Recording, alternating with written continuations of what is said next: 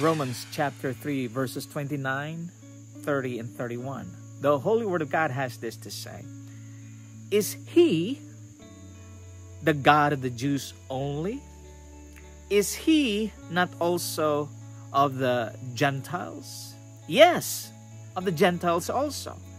Seeing it is one God, which shall justify the circumcision by faith, and uncircumcision through faith.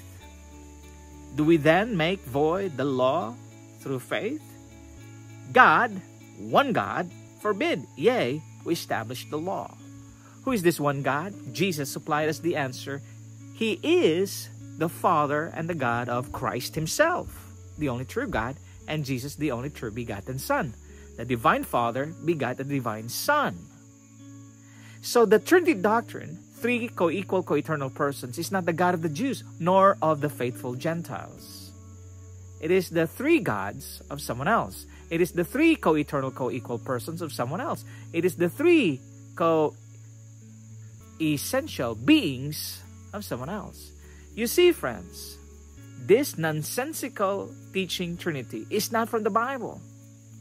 It is the God of Rome. It's the God of Babylon. It's the God of those who did not acknowledge that there is only one God, our Father, and one Lord Jesus Christ, His Son. Therefore, reject the triune God.